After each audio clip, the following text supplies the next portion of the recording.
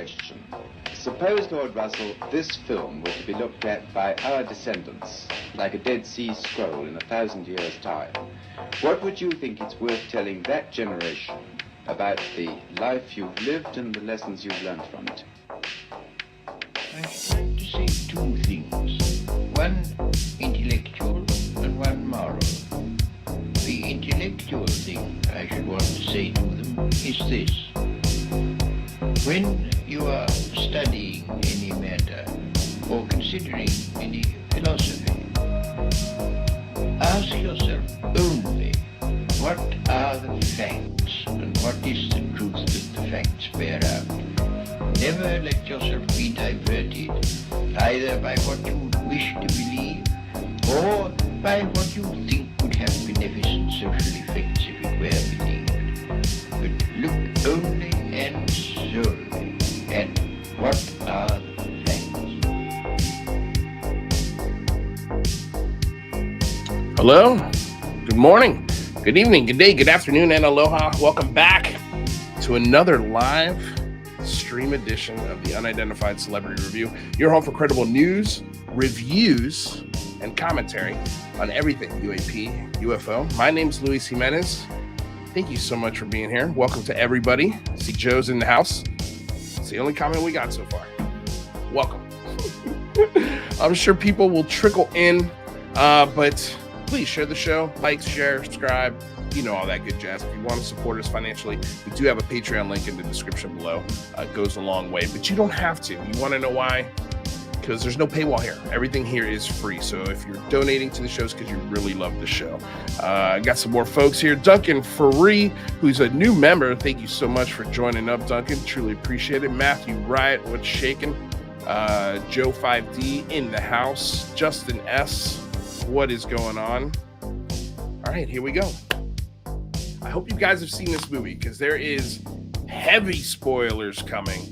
We're going to ruin the whole thing. We're going to dive deep in with filmmaker friend and all around just maybe best looking dude in all of Los Angeles, Mr. Dean Alioto. Dean, what's shaking, buddy? How are you? Thank you for reading my intro word for word. I appreciate that I wrote. That's absolutely great. Absolutely.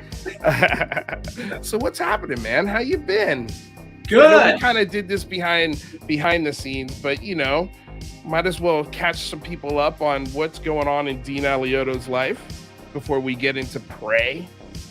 Sure. So I'm kind of starting to come up for air for the first time in 4 years. I've been working on this doc series, limited series that was supposed to be a feature.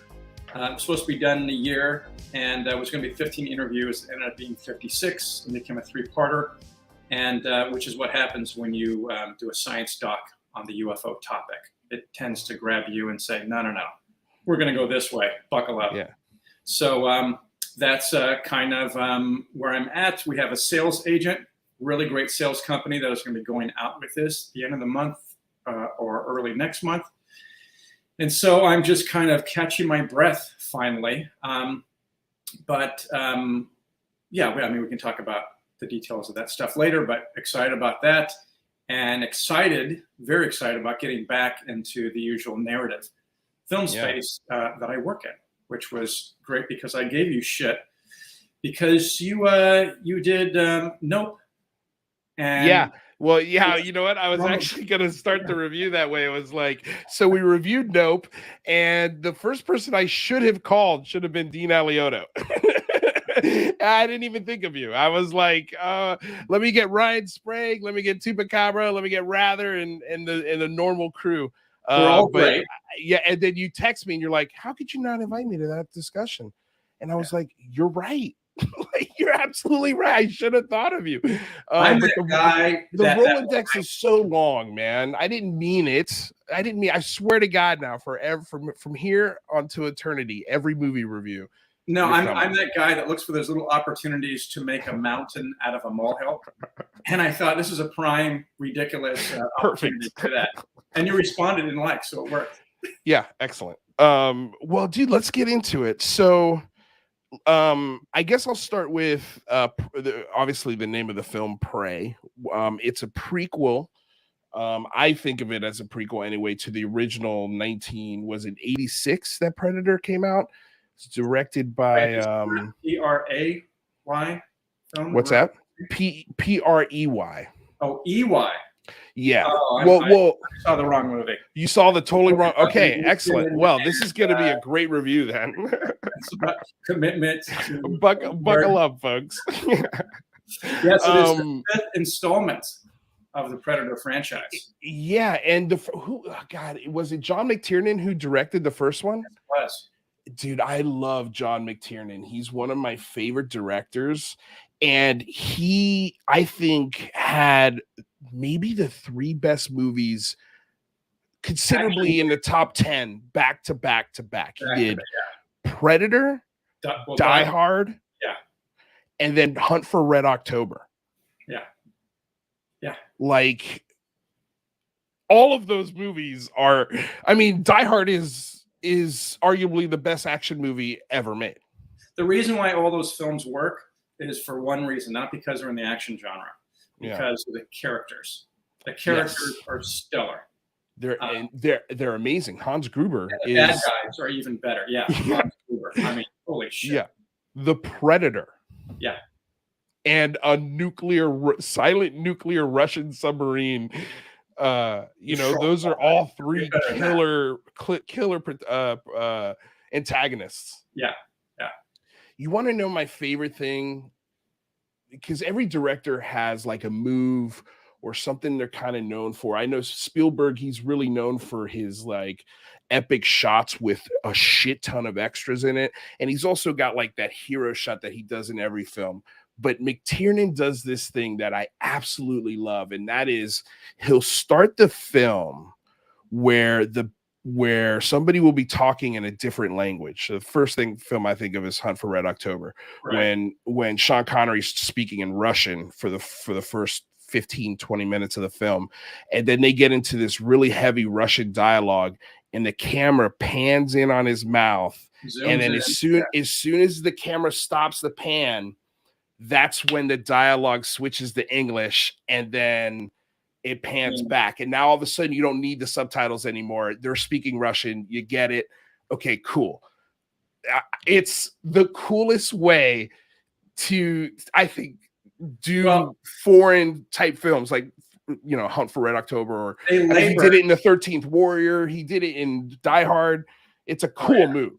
Yeah, they actually labored. The director of the new movie Prey, Dan Trachtenberg, actually labored over that. Should we do something like that, or should we just have them come out and say it? And they decided not to make a big, task out of it. But I remember seeing Hunt Red October. We're in Sean Connery's cabin, and the camera goes, dolly zooms right in, and it was great. It was terrific. Yeah. It also denoted going inside of this person, right? And being kind of part of his point of view, which is genius. It's cool. It's absolutely genius. Okay, so let me read the synopsis for Prey. It's the origin story of the Predator in the world of the Comanche Nation 300 years ago. Naru, a skilled female warrior, fights to protect her tribe against one of the first highly evolved predators to land on Earth. So essentially, this is the first predator to land on Earth, and it comes across this, Comanche Nation tribe. Okay. Are you sure this isn't the synopsis? This isn't this isn't the Prey movie. Yeah, we're doing the action film. Come on, Dean, stick with me here. Avatar ripped off every film, so you're the guest. So please give me your first sort of impressions of the film. I know we texted lightly about it, but I didn't want to engage you too much on it because I was like, let's save it for the show. Sure. I was really surprised by it. I had come by it by hearing reviews and some, the pulse out there that it was interesting. It was a new take on it. And when you texted me, I'm like, all right, there's my excuse to go, to see this thing on Hulu. So I watched it, and I mean, Dan has a decent command of setting a setting and getting us into an environment that feels unique and really picturesque. I mean, the first couple of shots, and the one where you've got like the caribou and the other, the two of the animals out there, just holding. It was so refreshing to see shots that are breathing, because there's no breathing in movies and cuts these days. All the shots are quick, quick, quick. Right. So where do you go from there? And so I really appreciate that, because if you're going to go back 300 years, you're going to have to slow down. You're going to have to get into, the beauty of it, because that becomes part of the story. And so I thought his, as they say, world building, which wasn't much. This is all practical locations. I thought was literally, a spectacle.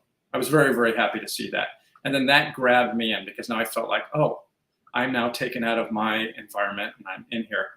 And then, and then just the fact that we're talking about the Comanche, Native Americans, and what badasses they were, and as well as spiritual and everything. But and then give me a kick-ass female lead, and I'm good to go. Yeah. I've also heard things about this film, but the grumblings of it were, it's woke. It's it's not a very good film. And I was like, I don't know, man. I saw the trailer. I'm like, this looks kind of cool. And then I realized that it was out, and I was like, oh, well, have to watch it, and if it's good enough, we'll review it. And so I went in with super low expectations, and I came out going, this is, I mean, I'd say about 30 minutes into it, I'm like, this movie's freaking awesome. I love it. And I agree with you. Like, the scenes had room to breathe. I love how they set her character up, Naru. She failed.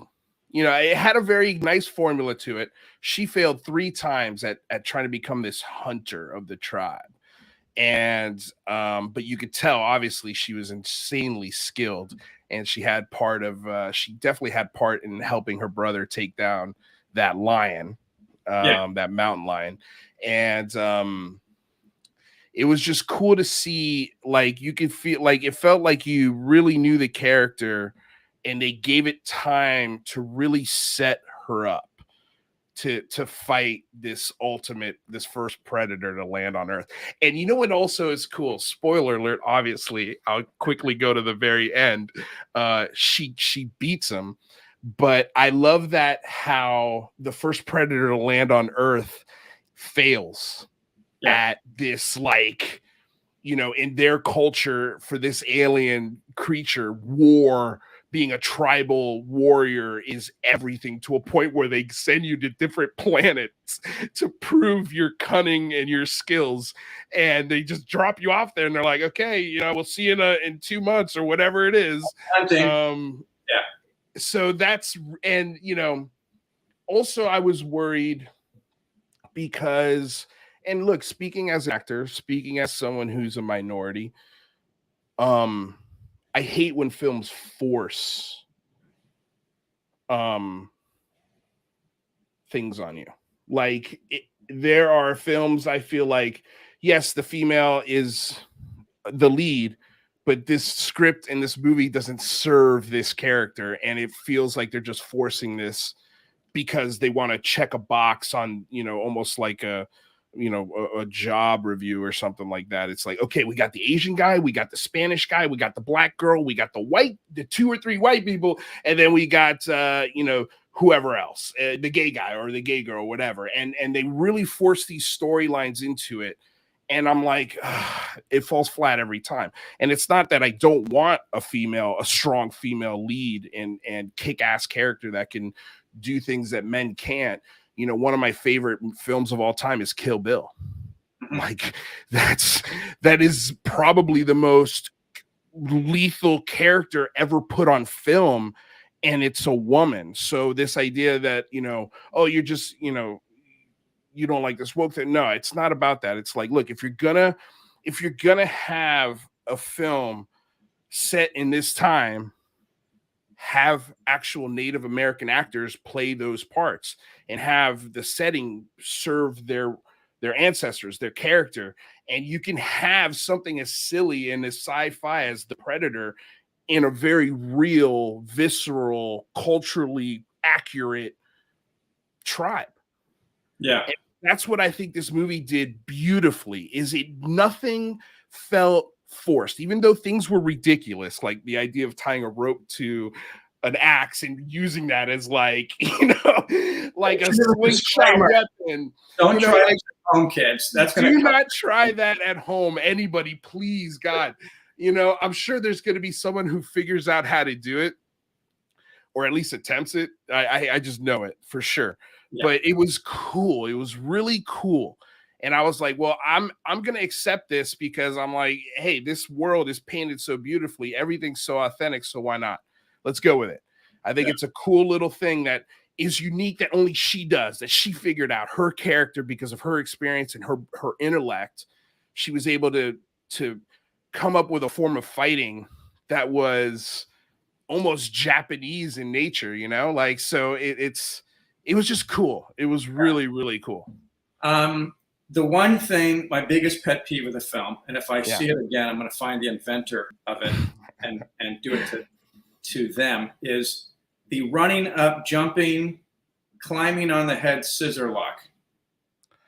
Oh, yeah. Seriously? The scissor lock twist, and then they flip move. Yeah. So in the 1700s, Native Americans were doing that. It's like, come on. It is not a staple. It doesn't have to be a staple in every film. Yeah. It takes you out because you're like, oh, now I'm watching, a current martial arts John Wick movie. I never thought of that move, but as soon as you mentioned it, I'm like, yeah, the Avengers has that. Every Avengers movie has that move. Every single one. If somebody jumps on my neck and they're on my shoulders, I'm dumping their ass. I'm slamming into doorways because they're going to hit the top. It's like, okay, great. I already have you up here now. I can fall forward, maybe, pull them down so their head cracks. I don't know. I agree with you. It's a pretty unrealistic, weak move. Yeah. But the way she did it, I thought was pretty badass. I was like, okay, that's cool. But yeah, I get the pet peeve. I understand that for sure. Yeah, it's minor comparatively. I never felt at once that, this was a film that was serving the woke. No, not at all. Movement. It was more of, give me, someone who has, stack the odds against them. Give me Sigourney Weaver. Give me Linda Hamilton, a waitress. Right. In Terminator films. I didn't have that problem at all, and she had to be smarter because of her size compared to the other warriors in her tribe. Yeah. And then the thing that was really smart about it, and they kind of did this with the other ones, is that we get the point of view of both of them. So we're cutting back and forth with the Predator and with Naru and even some of the other people, and we're seeing their processes of both hunting each other. So I thought they leaned into that well and underscored it. We got to see the processes of each of them, going at it and everything. Plus redesigning the costume for the Predator. It was a leaner, more balanced. The head wasn't as big. Yeah. That's, I think, one of the biggest complaints about it from the nerddom is, it doesn't look like the Predator from the 80s movie. And it doesn't. But it's not. Yeah. You have to put in the context that this was 300 years ago. So 300 years ago, they may have, evolved or looked different. And the director wanted him to be a little more thin, scrappy. And also the technology. They didn't try to outdo the other technology. In fact, they brought it down. And if you look at, when he's looking through his, infrared, goggles, if you will, it's low tech. It's pretty 80s style because that's where it would have been. So they wanted to show the contrast between 300 years ago Predators, getting out doing this thing, and the latest and greatest where they have the pulse, guns on the shoulders and all that stuff. Right. Yeah. Instead of pulse guns, it's arrows now. They're like, which was cool. And they were also like, laser tracking arrows. So whatever that laser was looking at is where those arrows would go. And I thought that was also a pretty cool way to end the film, but we'll get to that in a little bit. I thought I didn't mind the Predator's look itself. I thought it was, I don't want to say look cheap, but I can understand. Like, it felt like it was an all black, like breathable, that material kind of suit. Yeah. And then they put things on top of that to make the suit really light and maneuverable and also low cost. But I thought it didn't come across as cheap. But just being in the industry, I know what they did with that costume, and I think it's fine. It looked great. I liked how the mask was different and his face was a little different than the original Predator. He did look a little bit like he could have been in Love Island, because he had like the 12-pack going. Right. Yeah. But I mean, so did the first Predator. Even the guy underneath the suit, he was a martial artist and a very well-respected stuntman. I can't remember his name. Yeah, the original Predator. Yeah. Peter or something like that. African American gentleman. I can't. He was 6, 7 feet something. Dude, he was a monster of a man. But they like the nicest dude. But yeah, he would have to sit. And when they take off the helmet, you could see the latex that they put on him, or the foam latex that they made the suit out of was like this thick. Yeah, it was insane. They had hoses running into him. I promise you. He played the alien, right? In Alien. And yep. So that was his shtick for the longest time. For the longest time, yeah. But I guarantee you, this suit was nowhere near that difficult to operate in. Yeah, or get dressed in. You know what I think I would have liked to see, like, I can understand the tech being different, but I would have liked to seen a practical effect face when you finally get the mask removed. Yeah. Like, and if that practical face matched very similarly to the one from, because I mean, how much can a species evolve? And I mean, we haven't evolved crazy in 300 years. I mean, technologically speaking, we have, but we're pretty much the same humans we were 300 years ago. So for me, I thought I was like, that was the only part where I was like, I wish they'd done this. But I mean, it's a pretty minor complaint. And again, I think it was a budgetary thing at that point. It's like, let's just CGI the face. Or well, they got the same. I think that it was deliberate, because they got what was it? Nakara, the guy who did the effects, the effects house. These guys did the original Predator. Did they? Yeah. Oh my God, his name just went in my brain. We have to Google this. Hold on, let me pull it up here. These guys are. You got it? No, I was gonna say I'm on a IMDb. I'm looking at the production. Okay, so I want the visual effects guys, and these guys do all the top ones. I will have it in 1 second here. Let's see who'll get to it first. Scroll through millions of credits. Stan Winston did the original. The two guys that worked with him who went off and did their own. Oh, my buddy Steve Barnett worked on this. Hold on.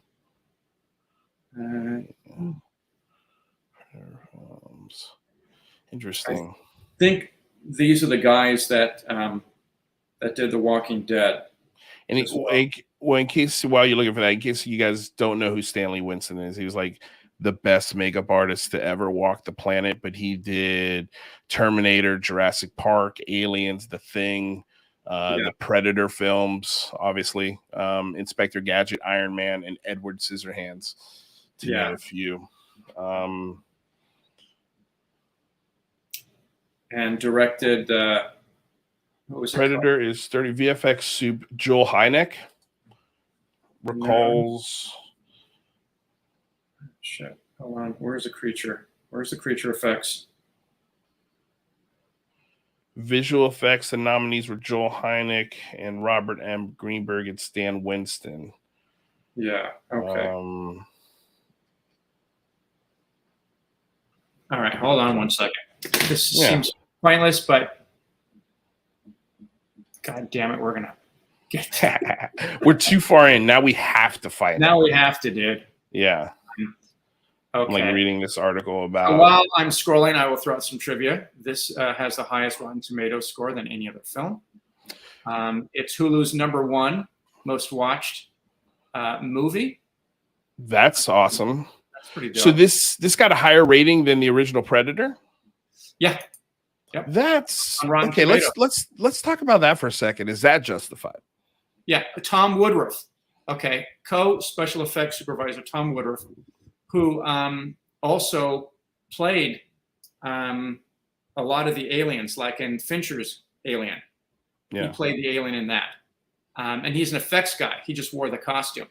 And so, but he did the original, and then the guy I'm looking for, who is a god in this as well. Here we go, getting closer. Yeah, Gillis was definitely there. Stan Winston did advise on the alien autopsy video. I remember that when they called in Stan Winston to look at the alien autopsy video. Well, they had him. They got his feedback on whether he thought it was real or not. And Right. it was kind of one of those embarrassing things. Like I put on the same level as J. Allen Hynek with the swamp gas. Right. It was just like, dude.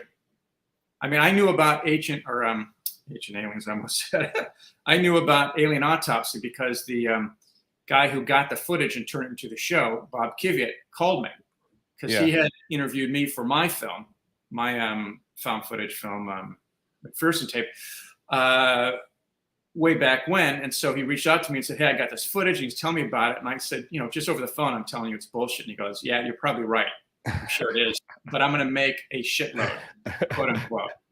And he was right. But I warned him. I said, "That's not. Sorry, dude." Yeah. As a filmmaker, I can tell you the way that it's shot and everything. What has he gone on to do anything else like? Oh, there's something hanging from my face here. A little stringy thing. What's going on? Anyway, did he end up doing anything like significant down the road after he made all the money producing that? I'm not sure. Or did he just go on to also produce like Chupacabra Autopsy, Puerto Rico? Yeah.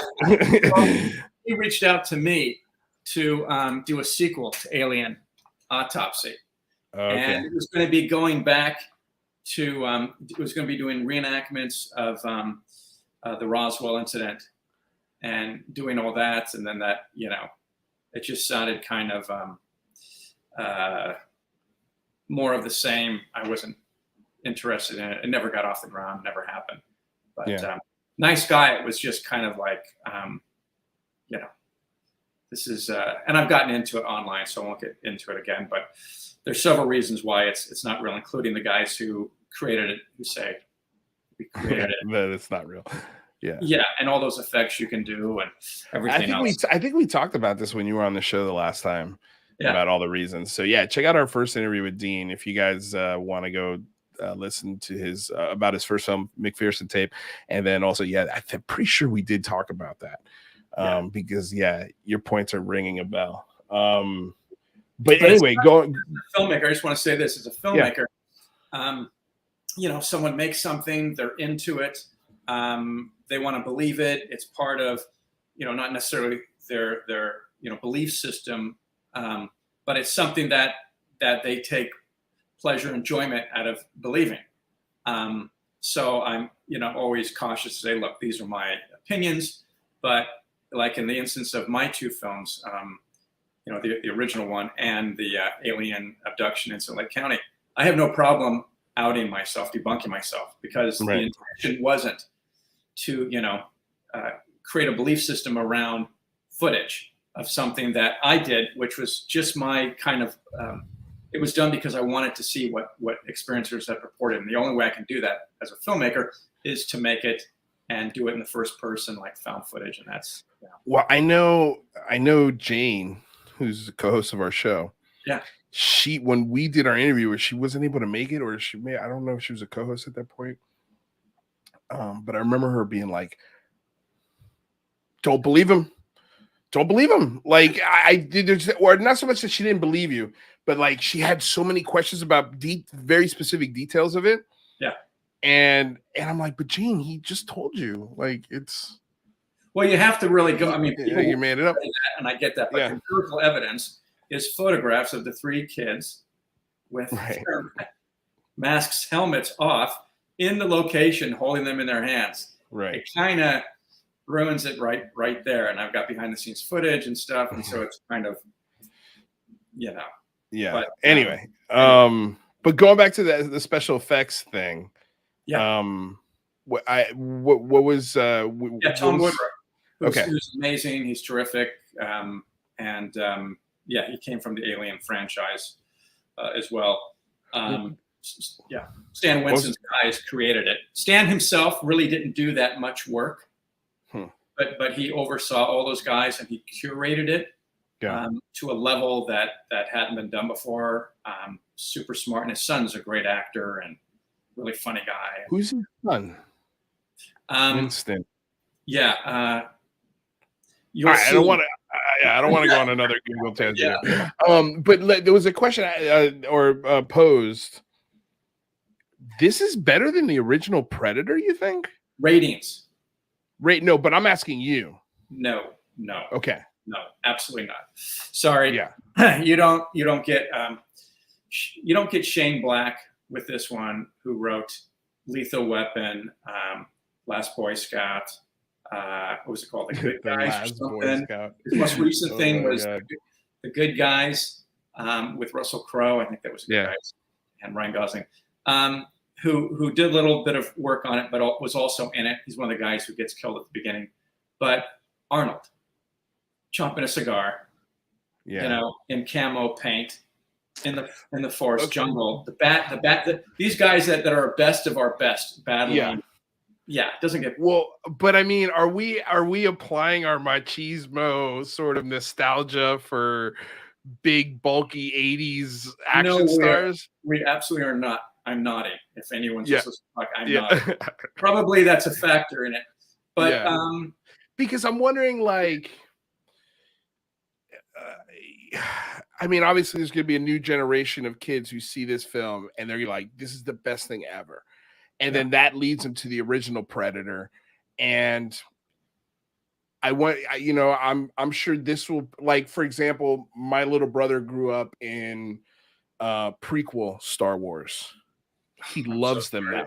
Loves them now as an adult. Still, like, we argue about it all the time. I'm like, come on, man. Like, and now I'm like, what's funny is I've sort of changed my mind on the sequels a little bit, only because the newer movies have just made the sequels better. And so I'm like, I'm so torn. But I agree with you. I can't say that this one's better than the original, but I think it gives it a run for the money. And it's definitely the best Predator movie. There's only 2 Predator movies as far as I'm concerned: original Predator and Prey. Yeah. Every other film made in between is hot garbage. It's the worst of filmmaking. But here's the thing: are you going to say Aliens is better than Alien? 2 different things. These are 2 different takes on it. Yeah. Well, but here's the thing, right? You don't get Aliens without Alien. You don't get Prey without Predator. Good point. So like, in the canon, I think they can exist even at the same level. I don't think one needs to be above the other. I'm curious to know. I didn't look up the budget on this, but I would have a feeling it wasn't an enormous budget. There was no sets they had to build, and I'm not sure if they use that sort of new Star Wars huge screen lots that they've got now, where they can put anything behind you now, and they just build the foreground. But I can't imagine the budget being huge. But I think what they did is because the IP of Predator, I think, is insanely valuable, and I love when the best thing about this movie is the simplicity of it. Yeah. It's simple. Yeah. It's the freaking Predator. That is cool enough. Make it simple. You know, like I think Jurassic Park really is a perfect example of what happens when every new movie's got to be bigger and better and more dinosaurs, more destruction, more fire, more motorcycles riding, more talking to dinosaurs. It's just like, fuck, man. Why can't you just make it 2 kids and a velociraptor, and somehow they got trapped and they're trying to outsmart this one raptor? Yeah. You know, like make it super easy, super simple. Like the raptor's cool enough, man. Like you don't need all this other stuff. Dude, it's all about world building. Yeah. Everything is. I mean, Jason Blum, you know, the producer and his company Blumhouse, who did all the paranormal films, Get Out, Whiplash, Black Telephone, that's the most recent one, The Gift, etc. He said the reason why filmmakers come to us, he says, because I noticed that, and he had worked, I mean, he's been in the business for a long time. He was unfortunately partnered or working with Harvey Weinstein. And so he's super, super smart guy. And his take on it is that he noticed that with your normal studio film, the filmmaker, director, is spending 80% of their time, an inordinate amount of time, preserving their voice, what they're trying to say, preserving the intentions of the film that they want to create.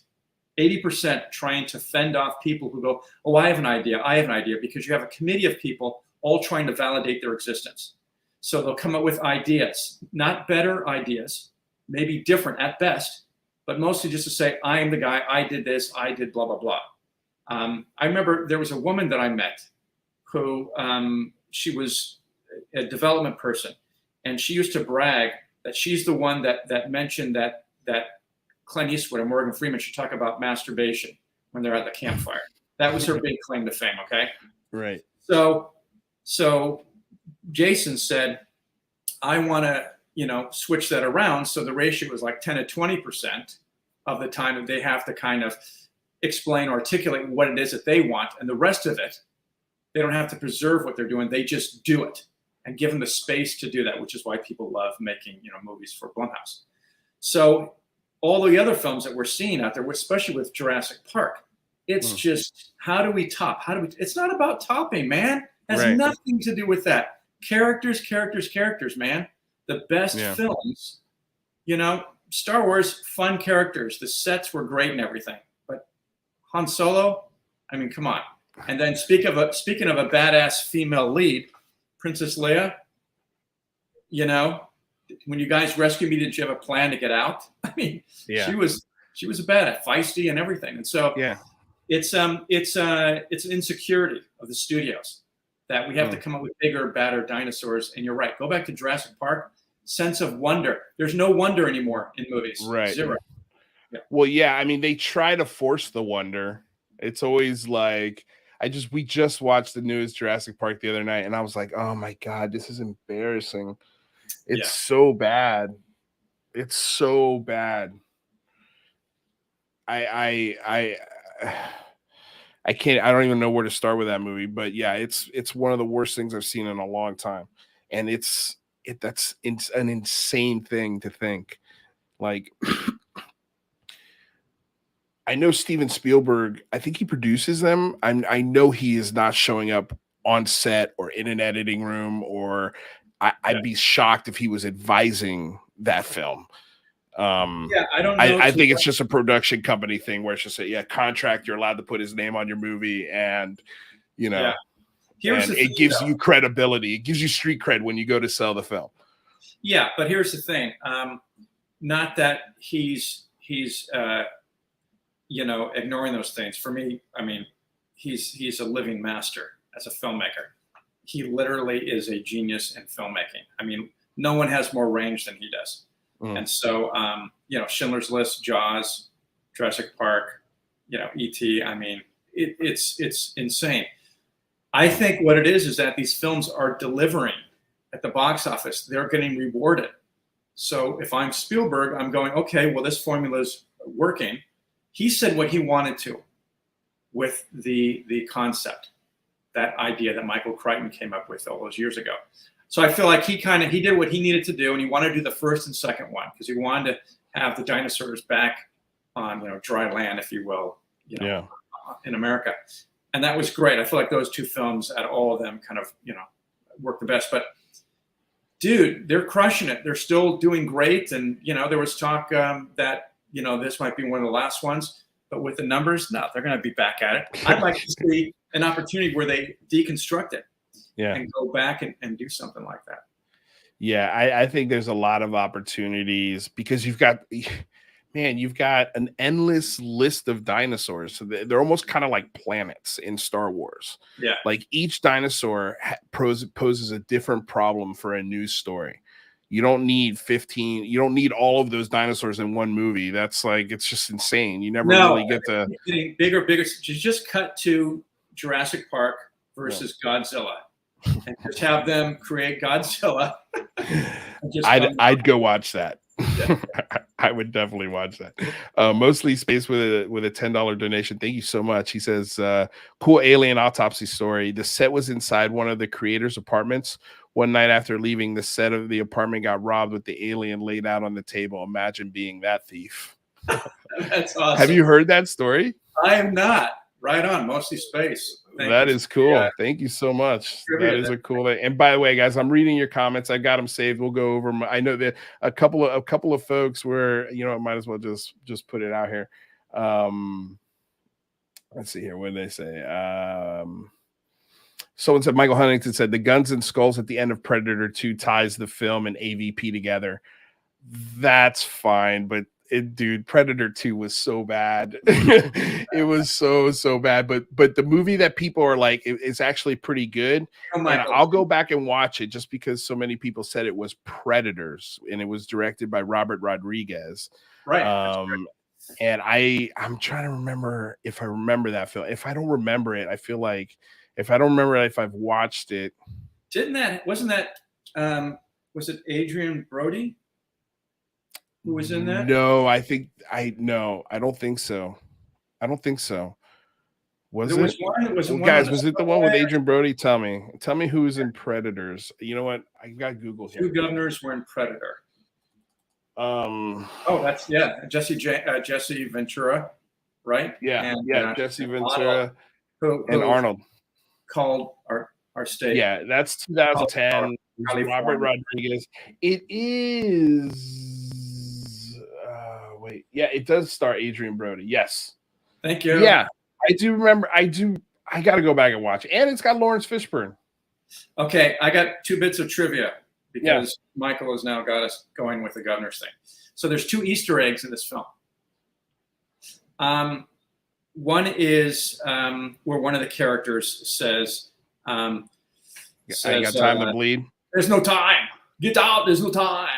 And then the other is the cigar. Right. The cigar that they have in this. That was a good one too. There was also a line in there about bleeding. Yeah. And having no time. Yeah. Okay, that was part of that line. Yeah, the cigar. I didn't think of the cigar as being a connection to the first Schwarzenegger film. Was that's true. That's pretty cool. I would like the idea of, I'm trying to remember the character who played Billy in the original Predator. Mm-hmm. If she is related, was Billy a Comanche bloodline? I don't know. It's a good question. Oh, man, I do know. I want to say he looks Comanche, but that's so I have no knowledge when I say that. 48 hours. Yeah. Yeah. He was awesome. He died. He died early comparatively. Yeah, he did. So the woman who's in this, who was played by Amber Mid-Thunder. Yes, which I love how the name is a killer name. Mid-Thunder. It's awesome. It's an awesome name. She gave birth in between the thunder, Mid-Thunder. Yes. It's badass having thunder in your last name. I mean, yes. Yeah. But when she auditioned, supposedly she auditioned in English and Comanche, which she knew the languages and stuff. again, I thought that was great that we didn't see subtitles when they were doing it originally. And what was really cool is that we didn't see subtitles for any of the French antagonists. Because they wouldn't have seen that. Why should we be privy to that unless you speak French? No, that's a good point. I was just about to ask you. I was like, why don't you? Because I would like to know what they're saying, but I do like the idea of like, oh, you can't understand what they're saying because the main character can't. Yeah, and we should. And it's shameful that I don't, because I spent a month in France a few years ago trying to doing a French immersion class, and I realized that. No, I'm dyslexic, so that won't be. But this was written and directed by two people who are not indigenous people. No one ever mentions the writer, but let's give him some love. And his name was Patrick, still is, Patrick Eisen, A-I-S-O-N, Eisen. Yeah, Eisen. But they brought in this woman, Jane Myers, who is a specialist. And she's Comanche. She's also from the Blackfeet tribe. But she was 1883. She's a technical consultant for, her title is, I think, Native American Technical Consultant. Okay. So they brought her in. She was a producer on this, to make sure that, things were handled correctly and everything. Right. else. Well, that's what the one thing I was questioning throughout the film. And it's just because of my lack of knowledge, but I'm like, I wonder if these costumes and this face paint and these things are accurate, are paying respect to what's going on, because I'd hate to like a movie that's culturally appropriating things. But I haven't seen any complaints about it. So that leads me to believe that I think they did a pretty good job. No one's calling it out, especially in this culture. Like people nitpick. That stitching isn't right. Exactly. Yeah. The problem I had was when one of the characters in the tribe pulled out Comanche nunchucks. As far as I know, they didn't have nunchucks.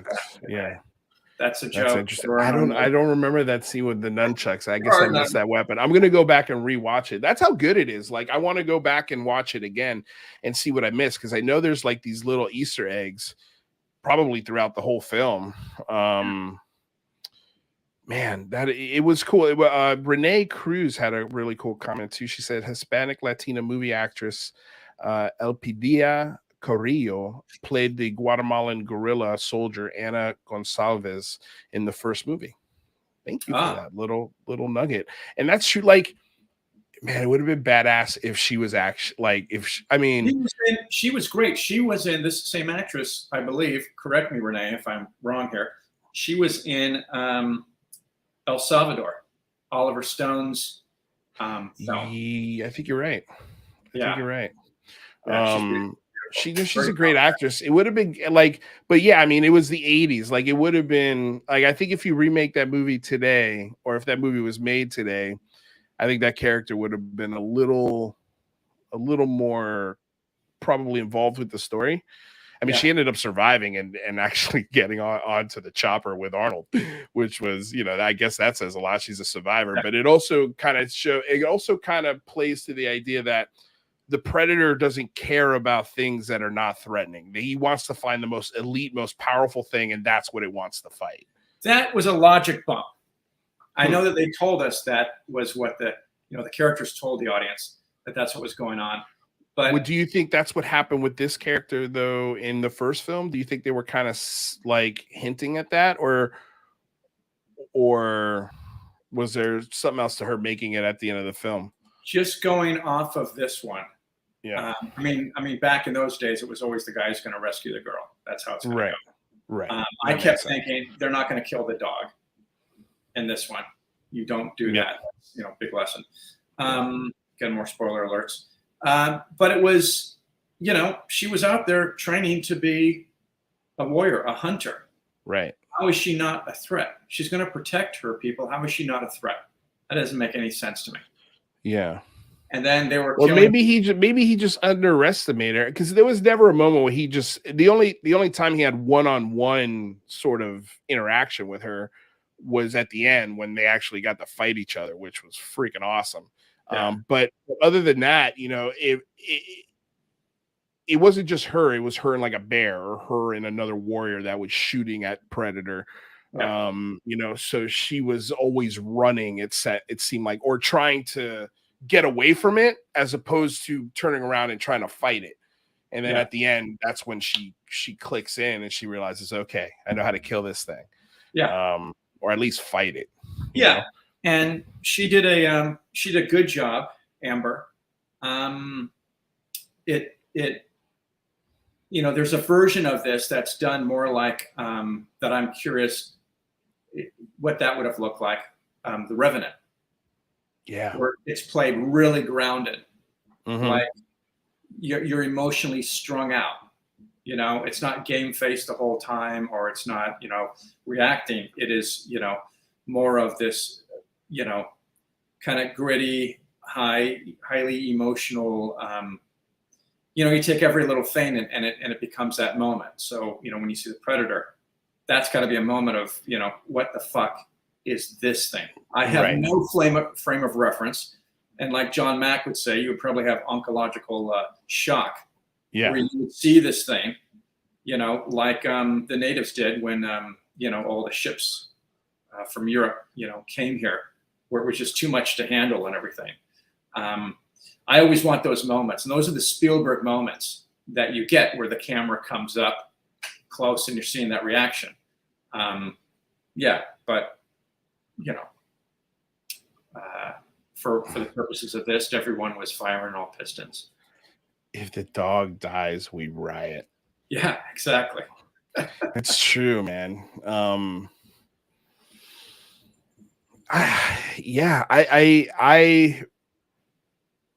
was so happy with it. I'm just happy that I finally got a great Predator movie like that. I was like, oh man, I want to talk about this. And I think, it was overall wonderful job all around. I'm trying to think of what else This okay. film, So, yeah. well, I was, you go ahead. So there's a short film that predates this film. That's the same story with predators. Is it? Oh, Yeah. I think I saw it was on the internet. Yeah, Somebody just made it. 2019 called Warrior Predator, I believe, and the guy who did it is named Chris R. Notarized, and it's the same concept. The makeup looks identical. The black going here, across. You know, it's real low budget and everything, and the two Predator costumes they have, you know, it's pretty low rent. Like you could almost see the price tag hanging off. Yeah, but the concept's there. It's the same concept, and she's got her stuff, and she's got her staff and everything, and they filmed it at the Batman cave at Bronson. Okay, yeah. But funny. it's the same exact concept, and that was 2019. I'm not saying that the filmmaker saw that and everything, but they probably did. You know, I'm sure somebody at Fox went, we should make this. This is actually a pretty good idea. Well, and we can do it for cheap. Dan, the director, Trachtenberg, wanted to keep it on the down low. He was really pissed off that the announcement came out that there's a new Predator film. He just wanted to have it drop. Really? Just come out, and you know, and he himself started with shorts. He made that short called Portal No Escape, 2011, and it was primarily featuring this effect, which is, you know, this character, this female character, again, strong with female characters. She had this gun, and you would fire into a wall, and the wall would just become this portal, and you'd go through, and you'd come out somewhere else. Oh, that sounds like the video game. Yeah. So it might have been because he's attached to do the movie, the feature version. Okay, yeah, that's probably. I wonder if he was doing like a film version of the video game or something like that. Yeah, it's funny because when I made the film 2019 Portal, the supernatural horror thing, I had always people go, "Oh shit, you did Portal," and I'm like, "Why is this person excited? This is not a budget thing, right? It's such a great game," and I'm like, "Oh shit, yeah, we should change the name." It's a different. It's an existing IP. Yeah. No, it was a cool video game. I mean, if he's directing a film about that, I'll watch it. I mean, I looked at his resume. You know, he did a couple episodes of The Boys, Black Mirror.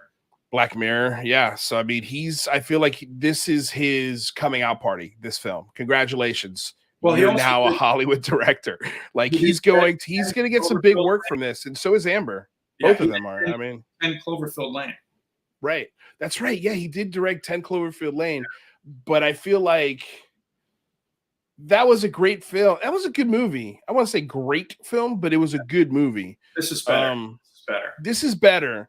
Yeah. And I feel like this is also a really precious franchise.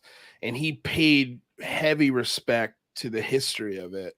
Yeah. And pulled from it really nicely. Yeah, I think he's going to be, you know, on the level of like a name, same kind of name as, you know, Zack Snyder or something like that. You know, maybe not Spielberg, but a working Hollywood director that's making good flicks. I'm always excited for. You know, like I feel like Taika Waititi was the last one we had, and I'm excited to see what he's got on the docket. That's for sure.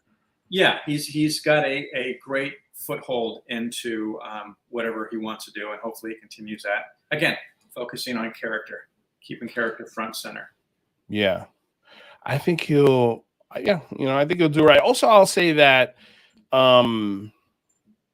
Native American and First Tribe nations are having a really wonderful moment in Hollywood right now, and it doesn't. And there's two productions I'm thinking of. This one, amazing. But also that show on FX, which, by the way, if you're not watching the shows on FX, you're missing, I think, some of the best TV produced. But they do a show called Reservation Dogs, and it's all about, you know, Native Americans living today, and it's beautifully written. It's got a lot of heart, very, very well acted. I just love that. I feel like Hollywood's doing a really good job so far at telling these stories and making sure that the people who are telling them are the right people. Yeah. It's tough because it is tough. I have a couple of buddies of mine. One wrote a procedural starring Native American, and then another one has this post-apocalyptic bent, and it's really good, really interesting. And neither of them are Native Americans. And so then the pressure becomes, all right, well, we need to partner up with people and do that. But it's kind of, there needs to be more opportunities across the board. Like supposedly there's 8 Native American directors that are circulate that are like on a list that come from features and stuff, and they're getting into, you know, TV and everything else. But, you know, like everything, there needs to be room at the table for everyone to sit. Yeah. And so, you know, it's why I say it's tough is that if you have an idea as a writer, I mean, it's kind of like I was talking to someone about this. I said, if Shakespeare was only able to use Germans, Spaniards, Italians in his plays, and we're telling these plays from them, he would never make it, because you would have, you know, because all of them were played, even female roles were played by guys back then. Talk about the serious lack of diversity. But, you know, I'm hoping that there'll be more voices that come out and, you know, have an opportunity to work in all genres, you know. But there's a sensibility we're missing that we don't have, you know, from their experience. So I'm glad Hollywood's encouraging that. Kurt J. Mungle is here. He was asking the name of the short film that you referenced. I just sent you the link in the live chat. It's called Warrior.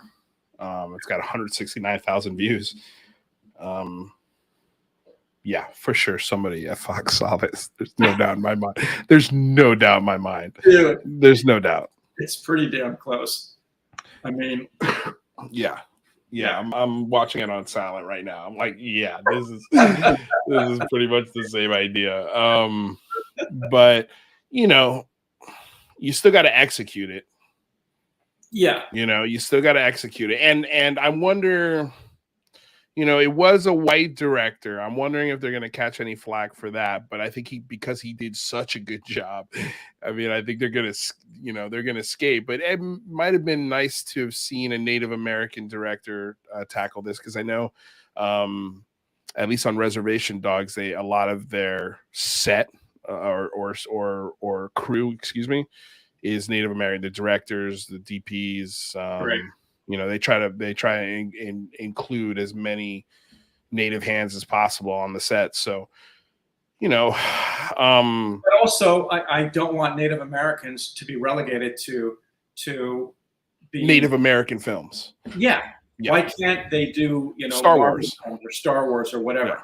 Yeah. You know, that's true. across the board. I mean, That's true. one of my first scripts was a superhero that was Native American.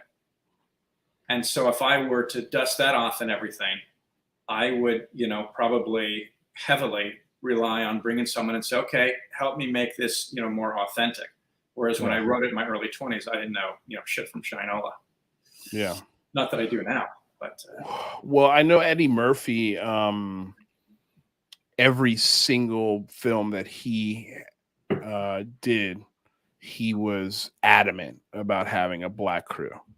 Yeah. And it's because it's, you know, we're not to regulate black men to just black films, you know, but because they don't get hired on other films, you know, so you might as well at least give them the opportunities where they should be hired.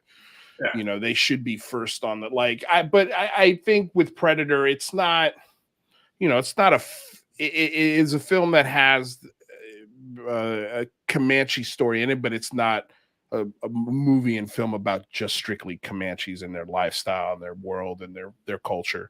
You know, a film like that, I think you should, you know, you should probably get a Native American director for, you know, or at least consider, at least at the very least consider one. You know, with this, it's just like, well, it's not really, you know, a Native American film. You know, it's a Predator movie. It's a Predator. I'm glad you brought Jane on, because it definitely, however they arrived at it, definitely had an air of authenticity. And yes, I love the herbs and stuff, the medicine. Yes, that was really cool. Yeah, and I also like how they juxtapose the Predator's medicine with her medicine. I was just like, okay, it was like that shot. That was a great shot. He goes first, and then we cut to her. Yeah, I was like, this is cool, man. Like, they're both awesome hunters. Yeah. And that's the bottom line. It's like, you know, it's like Heat. Like, you know, you've got the very best of the criminals and the very best of the cops. And just in this timeline, they just happen to meet, and this is what happens. Yeah. And so that's what's really cool about this movie, man. I can't enjoy it enough. I can't wait to watch it again. But yeah, let's just go for the end of the film. She wins, obviously.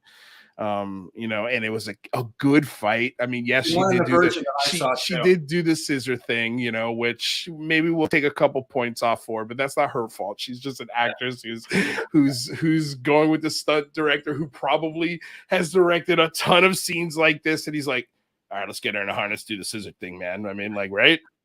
Scissor thing. Everybody's like, yeah, man, let's do the scissor thing. That would be badass. You know, story boys. The action scenes were great. The costumes were really great.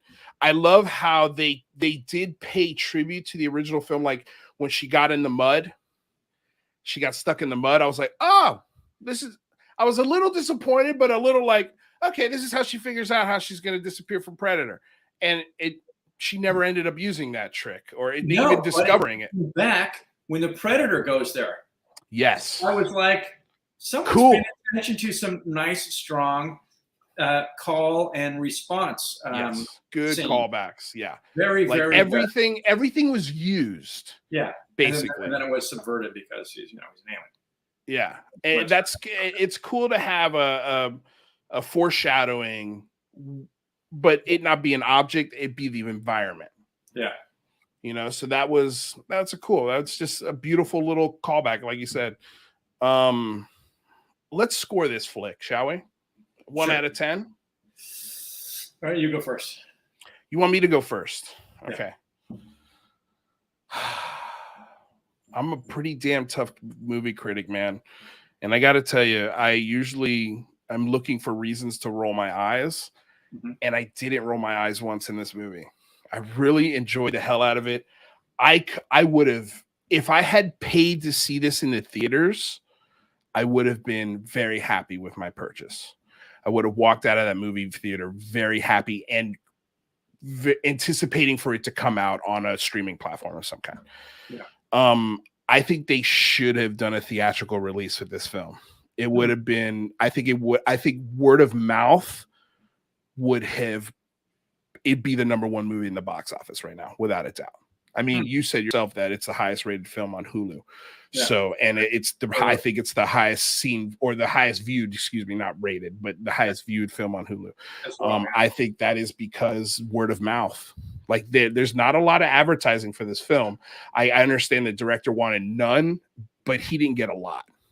Yeah. I mean, we live in Hollywood. I've seen a few ads here and there for this film, but nothing like, you know, Ted Lasso or, you know, any one of these huge shows, you know. So, you know, so I think you are qualifying the hell out of this. Yes, I know. Okay, I'm just thinking. I'm gonna go 8. All right. And I wanted to give it a 7, like 8, 7, 9. I was flirting in that area. You could go 0.9 but I think this movie really did a killer job, man. I'm so happy with this film. And like I said, if I paid $20 to go see it, I would have been really happy. Like I went and saw Doctor Strange in the Multiverse of Madness. I was so pissed off when I left that theater. I was so angry. I was so bad. I would have been so happy to have paid money to go see this. So yeah, 8. I'm giving it an 8. I am giving it, and I'm factoring in, but not. If I were to factor in the storyline and the approach, the original approach, that would bring it up. I am factoring it in. I have to, but not just that. I'm going to give it a 7 because my meters, like, I didn't give, and I thought it delivered what it was supposed to. And again, it's conventional, but like a popcorn movie. And that's a category we're talking about, right? Yeah. Top Gun Maverick got a 9. Because, you give that a 9? Yeah. See, I'd give Maverick a 7. Would you give it a 7? Yeah. Yeah. Because not only because it was just Top Gun. But I had such low expectations for that. I give it a 9 in that canon. Again, I always get confused because are we talking like films? Like if we're talking films, we got to take Maverick and Prey down because we're going to compare it to Goodfellas, or we're going to compare it to, But as far as in that, I guess we got to give it to If we're giving it 2 scores. Or let's say genre for the genre. For the genre. I would maybe go up to an 8 then if we're just looking at the genre of that. And for the genre, if we're going like best films of all time, it'd probably be more like a 6. But yeah, action film, summer blockbuster, popcorn eater, 8. Okay. 8. Worth your money, worth 2 thumbs up, like go watch it. Worth the watch. I cannot recommend to watch it. You cannot watch this movie fast enough. Steal somebody's Hulu account. Do whatever you got to do. Go watch it. It's a killer film. It's a lot of fun. And I'm gonna go rewatch the Adrian Brody Predators now because I want to make sure that I didn't call it total hot garbage without, because I do like Adrian Brody. I'm a huge Adrian Brody fan. Especially when he's in any Wes Anderson film that Adrian Brody, and he just tickles me. I think it's funny because in this film I do remember he worked out a lot, to have the bulk that you need. Yeah, he's such a skinny frame. He ended up looking a little bit bigger, but he was mostly shredded. If I remember correctly. Yeah, no, I'm sure he was shredded. I mean, I remember when the film came out, it was like that film had real budget for advertising. Yeah. Like that film was advertised everywhere. So yeah, I'm pretty sure I remember like an Entertainment Weekly like magazine of him and his like, you know, perfect body, black and white shot. Adrian Brody on the set of Predators. Yeah, I really like this flick. Really, really, it was so much fun. And I hope that it gets. See, here's the thing, and this is where I get worried. I hope it gets a green light to make more, but I hope that whoever continues this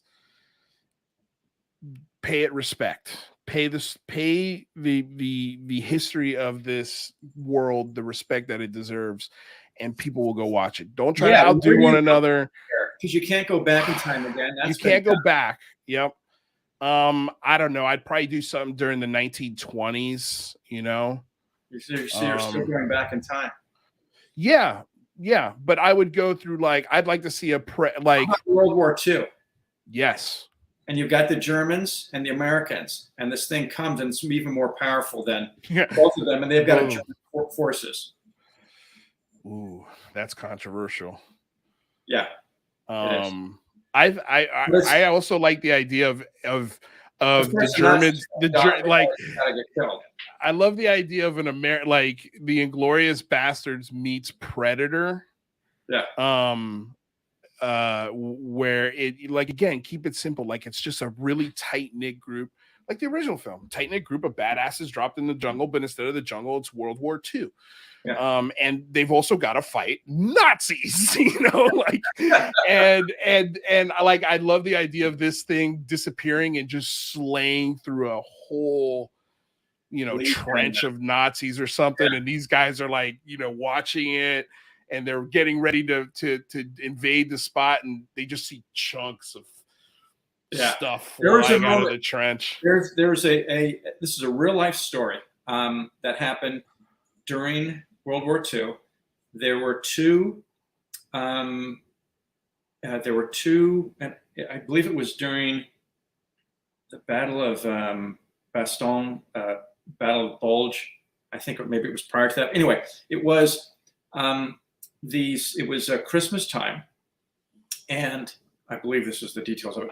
And you've got the Americans and you've got the Germans, and they're lined up to meet, and fight. And they don't fight, and they're sharing, you know, supplies and stuff. One of them helped one of the other guys, and their superiors found out about it, and they didn't, you know, encourage saying, hey, maybe we can work our shit out, and maybe we need to take out the assholes that are, you know, the asshole that's causing this. They didn't. They forced him to engage back in battle. And so against these, you know, humans, regardless of what size, against their nature to not kill, they were forced to go and do this. Yeah. You know, again, it's probably considered, you know, along with World War I, you know, one of the most, I think it is the most just war we've ever had. But it shows that, you know, at the end of the day, you know, everyone's a puppet, you know, whether it's a puppet to fascism or a puppet to whatever. But anyway, that I feel like how do you show that? I mean, that's loaded. That's great drama. Yeah. Yeah. No. And then you throw a Predator in the middle of it. And then, it's a totally great time. I think. Right now, get off. Okay, so well, I thought you were going to tell the story of on Christmas Eve, both sides, the Allies and the Nazis, came together and played like a soccer game. Oh, yeah. The British and the Nazis. I can't remember who it was, but on New Year's, it was like a ceasefire for Christmas Eve. Yeah. And they came out of the trenches and they were cooking and they were playing music. And then all of a sudden somebody brought a soccer ball out, and then boom, they were playing each other. And then Christmas comes, ends, and then they're back in the trenches. Back at it, man. So I did crazy. A version of that where they were playing. I used to do recreations for Discovery, and I did this thing, and one of the American troops, because the Germans were singing Christmas songs, and he breaks out a harmonica and starts doing it. And so that's as much as we got into that. But anyway. Yeah. Well, before we get out of here, Dean, you teased a little bit about some films you're working on. What can you tell us a little bit? I mean, we'll have you back when the films come out, but Sure. what are we dealing with here? It's called Prey 2. Okay, picture this: Nazis, Yeah. a predator, and American allies. No, this one is a little deeper. It stars Julia Roberts, and it's called Eat, Pray, Love. I love it. I love it. Eat, pray, love. Oh my God. I just picture the I just picture myself picking up the copy of that at Blockbuster Video, and it's just Julia Dreyfus laughing like this with a predator spread out right next to her, holding a glass of champagne because they fell in love. Yeah, just the odd couple, classic 90s movie. I finished my three-part series, science doc about the UFO alien phenomenon. And so we're now going to be going out to the market. We've teamed with a fantastic sales company. We're going out probably end of this month, early next month. And after 4 years, I'm a bit, I've been in, when you go in the rabbit hole, it, takes its toll on you because you're serving many masters. You're serving the general public because you want to present something that is grounded and feels like it's reality as we know it. And then you take them into, what would be kind of hyper reality. And, going from that to the third episode, that's a journey that has to be done in a way where you don't feel like, you're dipping too fast into the rabbit hole where, it takes you along, and it's all got to be backed by, data, everything else. And so I feel that everyone, involved in it and the work that was done, very, very, very happy with it. It's been the most fulfilling thing in my career. And I have another project that came out of that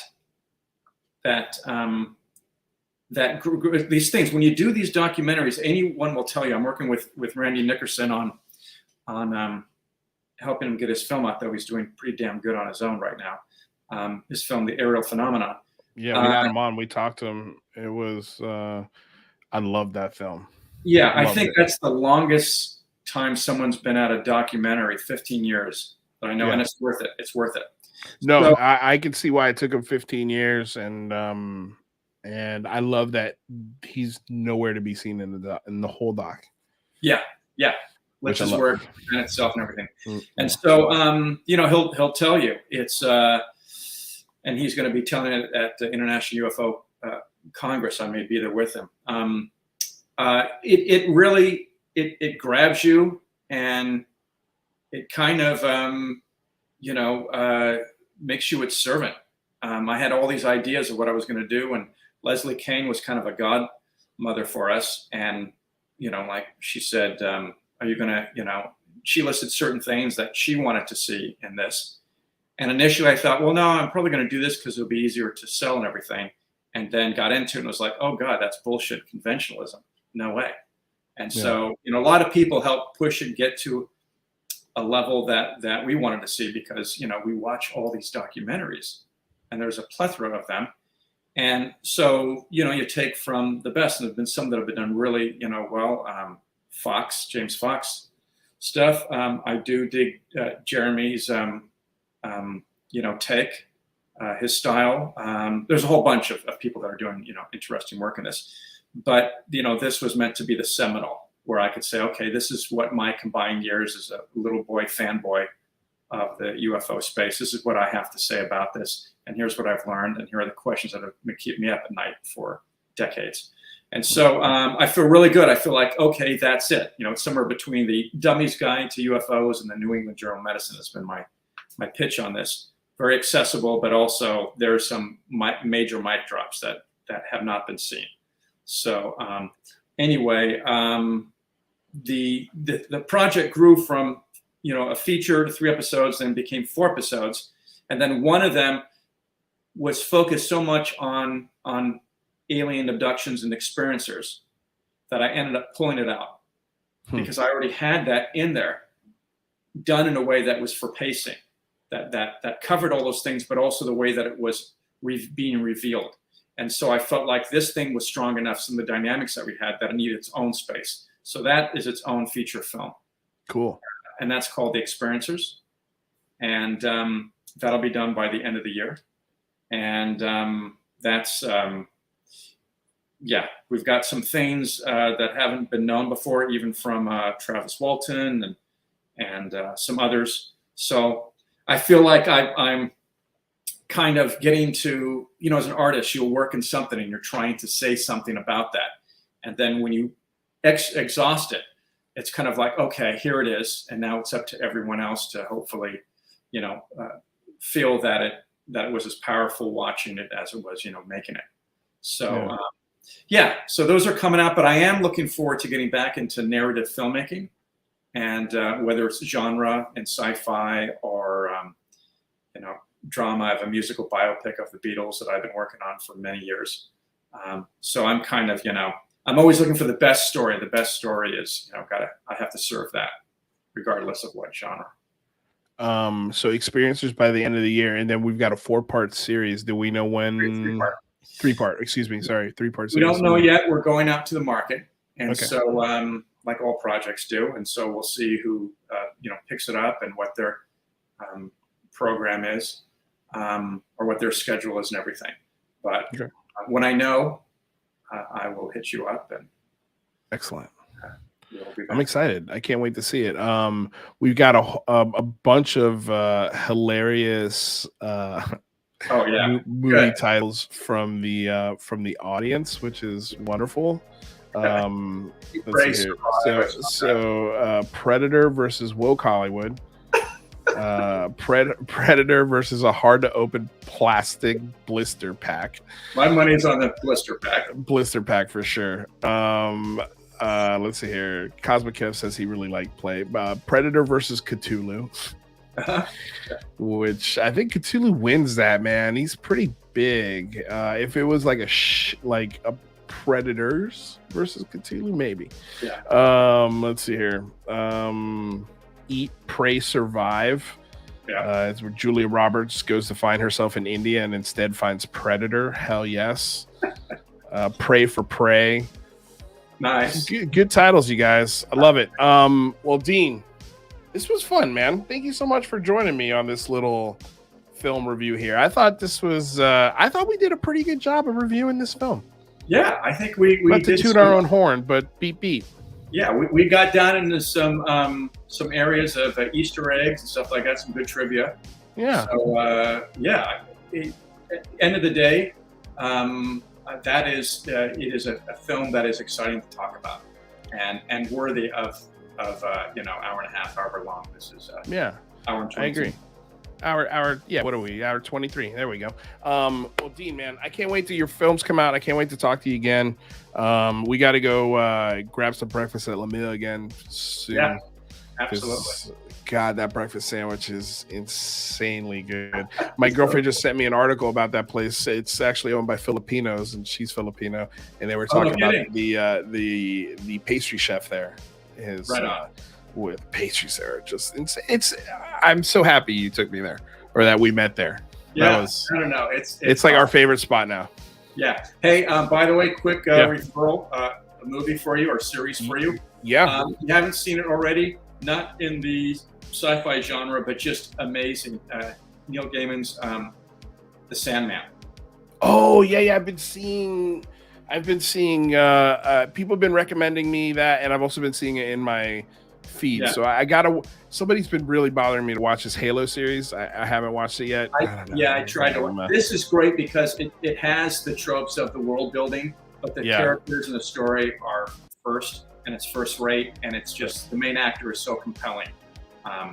That's my reco. All right. Well, Dean, thank you, my man. You're welcome, brother. Nice to see you again. Yeah, it was great to see your face. It was fun to talk film with you. And next time we do this, your first phone call, I swear. Okay. All right. All right, sweet. Cool, All right, my man. I'll let you out of here and say goodbye to the audience. And yeah, where can people find you, Dean, on Twitter? I know you're not very active on there, but yeah, under my name at Dean Alioto, and then I have a Facebook page, Dean Alioto, official page that people can go, and I'll be posting things on that, and also Dean Alioto on Instagram. Right on. All right, Dean. Well, we'll see you soon, my friend. Cool. All right, brother. All right. Ciao. Ciao. Yep. You guys, thank you so much for watching this review. I hope you guys enjoyed it. You know, we're going to review anytime a film like this comes out. We'll talk about it. Like, share, subscribe. Thank you for the super chat, mostly space. Truly appreciate it. Thank you guys to the new members out there. I'll be adding your name to this list here very shortly. Where's the list? There's the list. I'll be adding your name to that list very shortly for Thursday's episode. So if you guys want your name in the list, check out the Patreon, check out the super chats, or not super chats, but the memberships all down below. But if you can't support that way, don't sweat it. No paywall here. Everything is free. So enjoy at your leisure. Thank you all so much for coming aboard, getting weird with me here on another episode of the Unidentified Celebrity Review, your home for credible news, reviews, and commentary on everything UAP and UFO. Until Thursday, which is going to be a killer episode. Carl Vibe, Chris Bartel. You're not going to want to miss this episode. I promise me. Promise you. Join us. Later, y'all. Love you. Peace.